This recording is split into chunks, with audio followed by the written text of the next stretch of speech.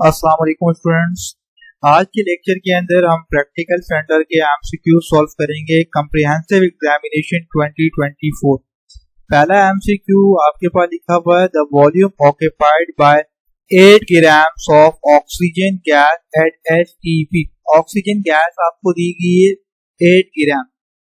तो वो पहले ग्राम को हम मोल में कन्वर्ट करेंगे और मोल में कन्वर्ट करने का फॉर्मूला आपको पता है, आपके पास mass divide by molar mass. ठीक है, तो mass divide by molar mass, तो हमारे पास मास है 8 ग्राम, मोलर मास हमारे पास O2 का होता है 32, डिवाइड करेंगे बेटा ये हमारे पास आ जाएगा 0.25। अच्छा, अब हमारे पास बेटा आपको पता है एक मोल के अंदर कितना वॉल्यूम होता है 22.4। इसको मल्टीप्लाई कर देंगे 0.25 मल्टीप्लाई बाय 22.4। तो जब मल्टीप्लाई करेंगे तो बच्चों हमारे पास आंसर आएगा 5.6। तो इसको हाईलाइट कर लेते हैं। पहला एमसीक्यू जो हमारे पास आंसर है इसका वो है 5.6। 5.6 को हम हाईलाइट कर लेते हैं।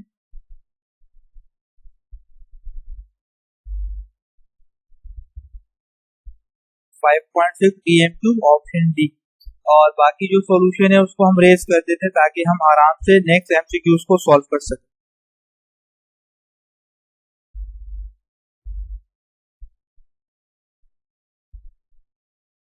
अब सेकंड एमसीक्यूज की तरफ बच्चों चलते हैं।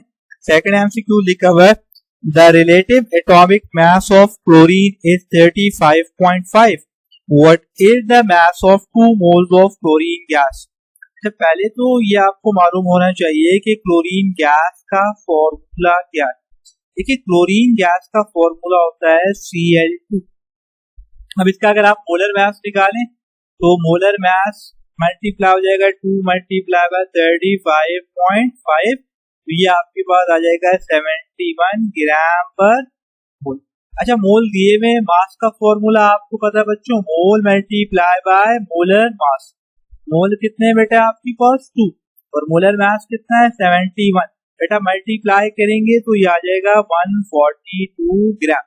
तो right answer of MCQ number 2 is 142 gram, is option A.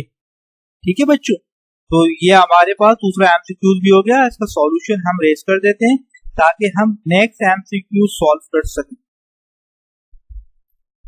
Next MCQ solve करते हैं। अब इसको पहले हम रेस कर दें।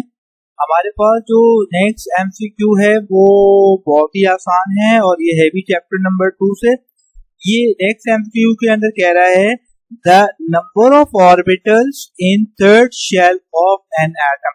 अच्छा, आप जरा सुनिएगा इसके बारे में। थर्ड शेल की बात हुई, देखो थर्ड शेल में 3 ऑर्बिटल होते हैं, S P D, 3 ऑर्बिटल हैं।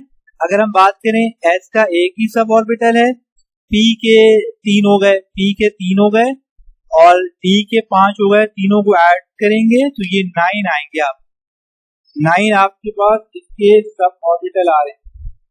अच्छा बच्चों, ये हमारे पास जो राइट आंसर आया वो है 9। इसको भी हम हाईलाइट कर लेते हैं। 9 आपके पास 2 ऑर्बिटल हैं थर्ड शेल के अंदर। अब हम चलते हैं फोर्थ और एमसीक्यूज की तरफ। उससे पहले हम इसका सॉल्यूशन जो है वो रेस कर देते हैं ताकि फोर्थ एमसीक्यूज के अंदर कोई सॉल्यूशन अगर हमारे पास हो तो वो हम आराम से सॉल्व कर सकें। एमसीक्यू नंबर 4 में लिखा हुआ है, which of the following, which are of the following is not isoelectronic pair. सबसे पहले आपको ये पता होना चाहिए कि आइसो इलेक्ट्रॉनिक क्या होता है। आइसो इलेक्ट्रॉनिक का मतलब ऐसे स्पीशीज जिनके नंबर ऑफ इलेक्ट्रॉन सेम। तो ऑप्शन डी में भी आपके पास सेम नंबर ऑफ इलेक्ट्रॉन है, सोडियम के पास भी 10 तो एल्यूमिनियम आयन के पास भी 10 इलेक्ट्रॉन। सी में भी सेम इलेक्ट्रॉन है, नाइट्रोजन आयन के पास 18 और एफ के पास फ्लोराइड आयन के पास भी 18। इस तरीके से बी ऑप्शन में भी सेम नंबर ऑफ इलेक्ट्रॉन है। ऑप्शन नंबर ए में सेम नंबर ऑफ इलेक्ट्रॉन नहीं है। ये आपके पास beryllium ion and magnesium ion, beryllium ion के पास 2 इलेक्ट्रॉन और मैग्नीशियम आयन के पास 10 इलेक्ट्रॉन। नेक्स्ट एमसीक्यूज की तरफ चलते हैं। ये कह रहा है फिफ्थ एमसीक्यूज के अंदर, the geometry of AB3 molecule which contain one lone pair, एक लॉन पेयर है और AB3 ज्योमेट्री है। अगर हम टाइप लिखें तो टाइप हमारे पास बन जाती है AB3E।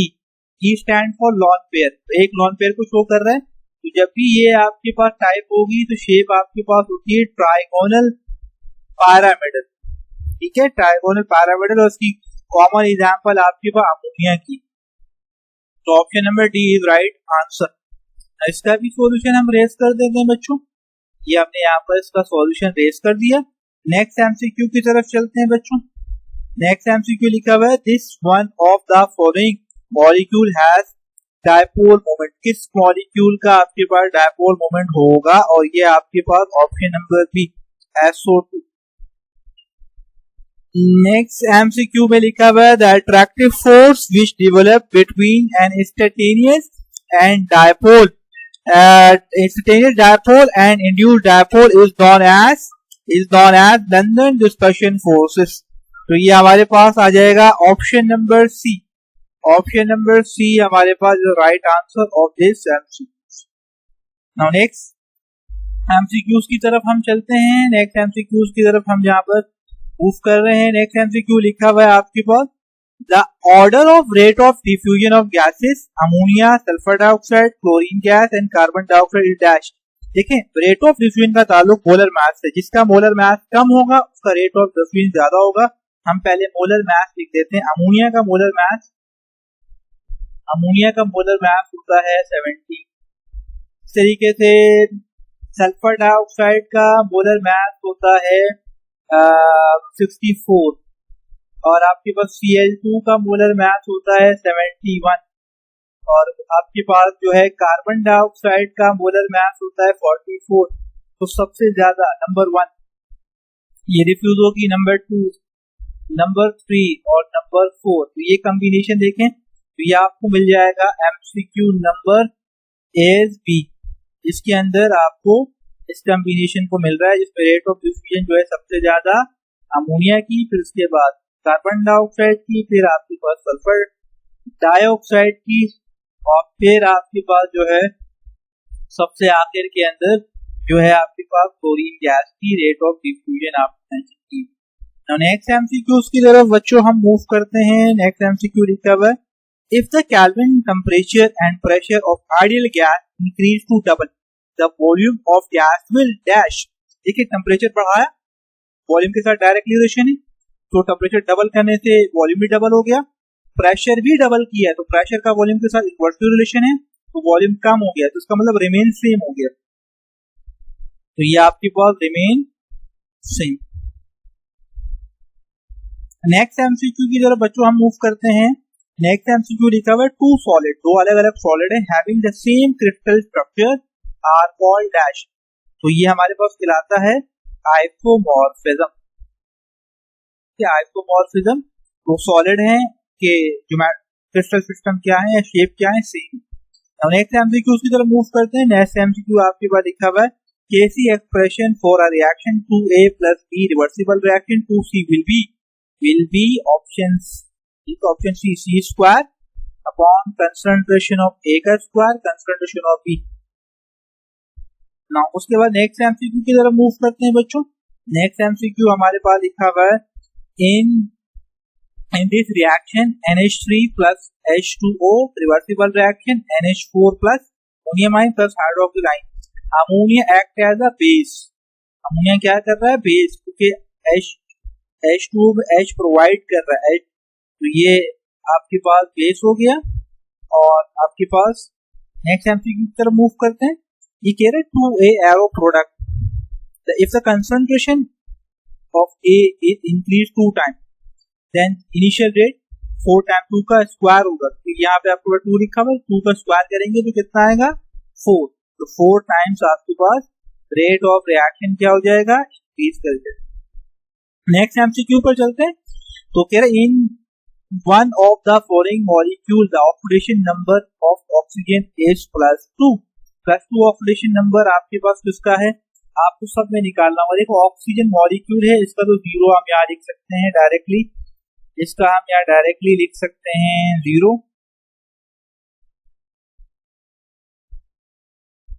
अच्छा ऑक्सीजन बेटा हमारे पास हो गया 0। अच्छा अगर हम यहाँ निकालेंगे तो ये ऑक्सीजन निकाल रहे हैं OF2 के अंदर प्लस 2 F हैं, F का ऑक्सीजन तो -1। अच्छा X इज इक्वल टू ये प्लस मल्टीप्लाई करेंगे तो +2 वहां जाकर माइनस, ठीक है सॉरी -2 वहां जाकर +2। OF2 के अंदर आपके पास +2 आ रहा है, तो ये आपके पास ऑप्शन सी राइट है, ठीक है ऑप्शन सी आपके पास राइट ऑप्शन। हम सोल्यूशन भी इसका रेस कर देते हैं ताकि हम नेक्स्ट एमसीक्यूज को सॉल्व कर सकें। नेक्स्ट एमसीक्यू कह रहा है कि concentrated solution of KOH is used as electrolyte. Electrolyte आपके पास किस कौन से सेल में KOH यूज होता है? इस फ्यूल सेल। नेक्स्ट कह रहा है which of the following is an endothermic reaction. तो आपके पास oxidation of coal is exothermic, combustion of methane is exothermic, neutralization is exothermic, तो decomposition of lime is endothermic reaction. Next MCQ को बेटा हम जाते हैं, लास्ट एमसीक्यू है हमारे पास, ये लिखा हुआ है colloidal solution have ability to scatter light and this property is known as Tyndall effect. यानी कि जब भी हम कोलाइडल सॉल्यूशन से लाइट को पास करेंगे तो वो आपके पास डिस्पर्स हो जाएगी, बिखर जाएगी। इस इफेक्ट को क्या कहते हैं बेटा? हम इस इफेक्ट को हम कहते हैं टेंडाल इफेक्ट, ठीक है। तो ये हमारे पास प्रैक्टिकल सेंटर के मैंने आपको एमसीक्यू सॉल्व करवा दिए। इंशाअल्लाह नेक्स्ट लेक्चर में हम डिफरेंट कॉलेजेस के एमसीक्यूज को और मजीद सॉल्व करें। Thank you very much, Allah Hafiz.